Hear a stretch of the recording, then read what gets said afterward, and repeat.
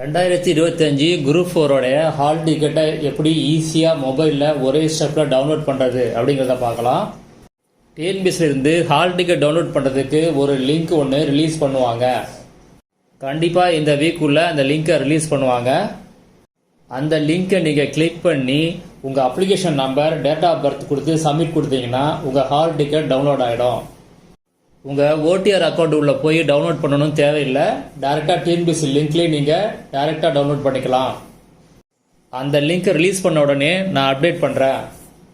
அந்த லிங்க்கை நீங்கள் கிளிக் பண்ணீங்க அப்படின்னா இந்த மாதிரி பேஜ் ஓப்பன் ஆகும். இதில் முதல் பாக்ஸில் உங்கள் அப்ளிகேஷன் நம்பரை என்டர் பண்ணிடுங்க.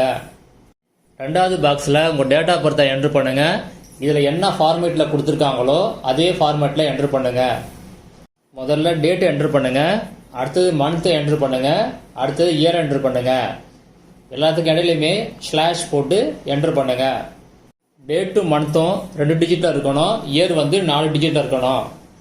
இப்போ சப்மிட் கொடுத்தீங்க அப்படின்னா உங்கள் ஹால் டிக்கெட் இந்த மாதிரி ஓப்பன் ஆகும். இதில் உங்கள் நேமை செக் பண்ணிக்கிங்க, உங்கள் ரிஜிஸ்டர் நம்பர் செக் பண்ணிக்கிங்க, உங்கள் அப்ளிகேஷன் நம்பர் செக் பண்ணிக்கிங்க. அடுத்தது உங்கள் ஃபாதர் நேம் செக் பண்ணிக்கிங்க. உங்கள் அட்ரஸ் கரெக்டாக இருக்கா, நீங்கள் கொடுத்த அட்ரஸ் கரெக்டாக இருக்கான்னு அதை வரை செக் பண்ணிக்கிங்க. அடுத்தது எக்ஸாம் சென்டர், அதாவது தேர்வு மையம். இந்த எக்ஸாம் சென்டர் எந்த இடம் அப்படின்னு நோட் பண்ணிக்கிங்க.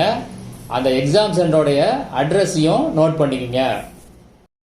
அடுத்தது எக்ஸாம் டைமிங் பற்றி போட்டிருக்காங்க. நீங்கள் எக்ஸாம் ஹாலுக்கு மினிமம் எந்த டைமுக்குள்ளே வரணும், அதே மாதிரி மேக்ஸிமம் எந்த டைமுக்குள்ளே சேரணும் அப்படின்னு அதையும் கொடுத்துருக்காங்க. எக்ஸாம் ஸ்டார்ட் பண்ணுற டைமும் கொடுத்துருக்காங்க. அடுத்தது ஹால் டிக்கெட்டில் எக்ஸாம் எழுதுறதுக்கான இன்ஸ்ட்ரக்ஷன் எல்லாமே கிளியராக கொடுத்துருக்காங்க. அதை ஒரு தடவை படிச்சுங்க.